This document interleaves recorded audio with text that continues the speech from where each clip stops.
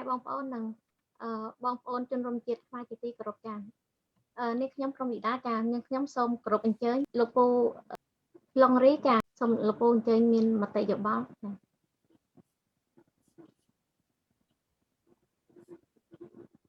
សូមអភ័យទោសអត់បានត្រៀមតែចូលរួមចាស់ជាផ្សំខ្ញុំកណ្ណាសូមលំអរកាយក្រាបថ្វាយបង្គំធេរានុធេរៈគ្រប់ព្រះអង្គដែលមានប្រវត្តិមាន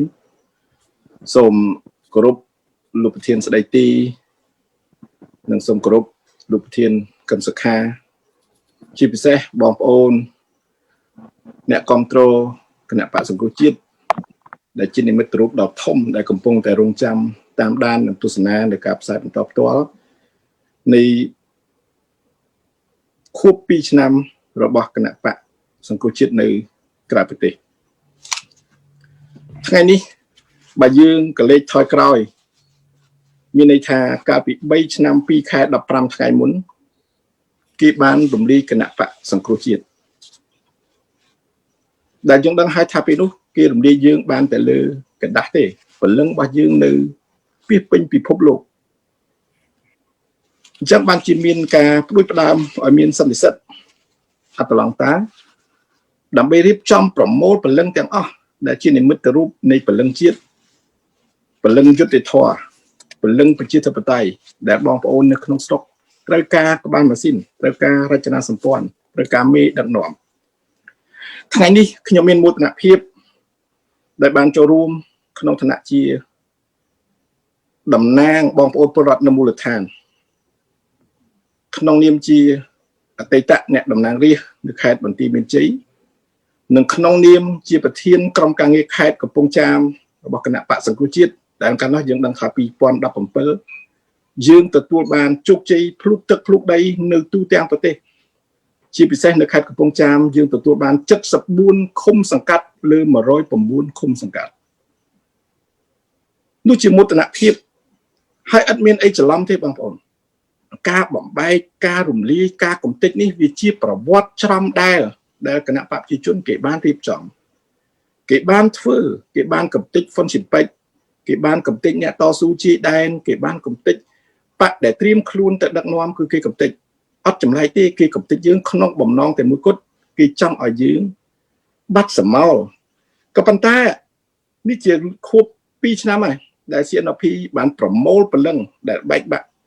ទូទាំងនគរខ្មែរទូទាំងពិភពលោកដែលលោកមានឆន្ទៈស្រឡាញ់ជាតិដែលលោកនៅនឹកសំណោះអាឡោះអាល័យដល់ស្រុកកំណើតខ្ញុំមានមោទនភាពណាស់ជាមួយការខិតខំប្រឹងប្រែងនេះដោយសារ CNPO នៅក្រៅប្រទេសនេះហើយបានធ្វើឲ្យយើងថែទាំបាននៅរចនាសម្ព័ន្ធយើងស្ទើរតែទាំងស្រុងបងប្អូនពិនិត្យមើលចោះពុំមានការចាក់ចេញពុំមានការចោះចូលពុំមានការចោះចាញ់ចោះញោមទេនៅតែរឹងមាំទន្ទឹមនឹងការ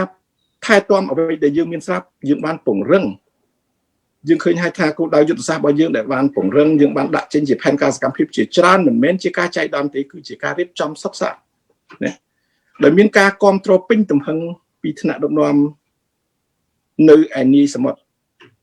សាខាយើងទាំងអស់នេះបានខិតខំប្រឹងប្រែងជ្រោមគ្រប់មធ្យោបាយ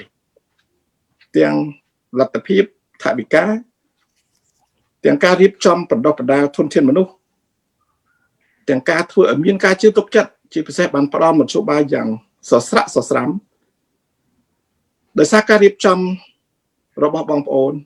ខ្មែរនៅឯនេះសមុទ្រធ្វើឲ្យរចនាសម្ព័ន្ធយើងរឹងមាំធ្វើឲ្យរចនាសម្ព័ន្ធយើងក្រៅប្រទេសកាន់តែមានជំនឿជឿជាក់ថាមានតែសង្គ្រោះជាតិមួយទេដែលត្រៀមខ្លួនទៅដឹកនាំប្រទេសក្នុងការផ្លាស់ប្ដូរជីវិតជាមានឲ្យស្របទៅនឹងគោលដៅយុទ្ធសាស្ត្រដែលគណៈបកបានដាក់ចេញថ្ងៃនេះខ្ញុំពុំមានអ្វីលើសពីនេះទេខ្ញុំសូមចូលរួមសម្ដែងในការកោតសរសើរដល់ថ្នាក់ដឹកនាំ CNPO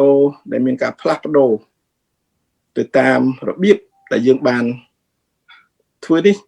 គឺបានឆ្លុះបញ្ចាំងអំពីការរៀបចំការដឹកនាំដែលមានគោលការណ៍ច្បាស់លាស់ដែលចេះគោរពស្រឡាញ់និងវិតម្លៃឲ្យតម្លៃគ្នាទៅវិញទៅមកមានការផ្លាស់ប្ដូរវិញដែលជាការចង្អុលបង្ហាញយ៉ាងច្បាស់ថាគណៈបក្សសង្គ្រោះជាតិបានដំណើរការនិងកំពុងបន្តធ្វើកិច្ចការដ៏ល្អដែលពលរដ្ឋចង់បានជាពិសេស ស្របទៅនឹងឆន្ទៈរបស់អ្នកប្រជាធិបតេយ្យសេរីលើពិភពលោកអញ្ញាតខ្ញុំសូមសម្ដែងនៅការកោតសរសើរដល់បងប្អូនដល់សាខាយើងទូទាំងប្រទេសទូទាំងពិភពលោកដែលនាំគ្នារក្សាបាននូវគោលជំហររក្សាបាននូវភាពម៉ឺងម៉ាត់រក្សាបាននូវការគោរពនិងឲ្យតម្លៃខ្ពស់នៅលើប្រព័ន្ធរៀបចំរបស់ថ្នាក់ដឹកនាំគណៈបកយើងហើយនេះហើយបានយើងនៅតែមានជំនឿយ៉ាងមុតបមថាជ័យជំនះនឹងមកដល់ក្នុងដៃយើងគ្រាពេលដ៏ខ្លីខាងមុខនេះសូមសម្ដែងនៃការសោតកោតសរសើរនិងអរគុណជូនពរសពសាធុការដល់សាខាជាពិសេសថ្នាក់ដឹកនាំថ្មីលោកមែនវណ្ណាដែលទទួលបានភារកិច្ចជាប្រធាន CNPO ដែលជាប្រធានសាខាគណៈបកសង្គមជាតិនៅខាងក្រៅប្រទេសនេះជាពិសេសក្រុមគ្រួសារព្រមទាំងសហការីទាំងអស់នៅជុំវិញពិភពលោកឲ្យជួបប្រទះទៅនឹងពុទ្ធពរទាំងឡាយ4ប្រការអាយុវណ្ណៈសុខៈពលៈកំបីគ្លៀងគ្លាឡើយបាទសូមអរគុណ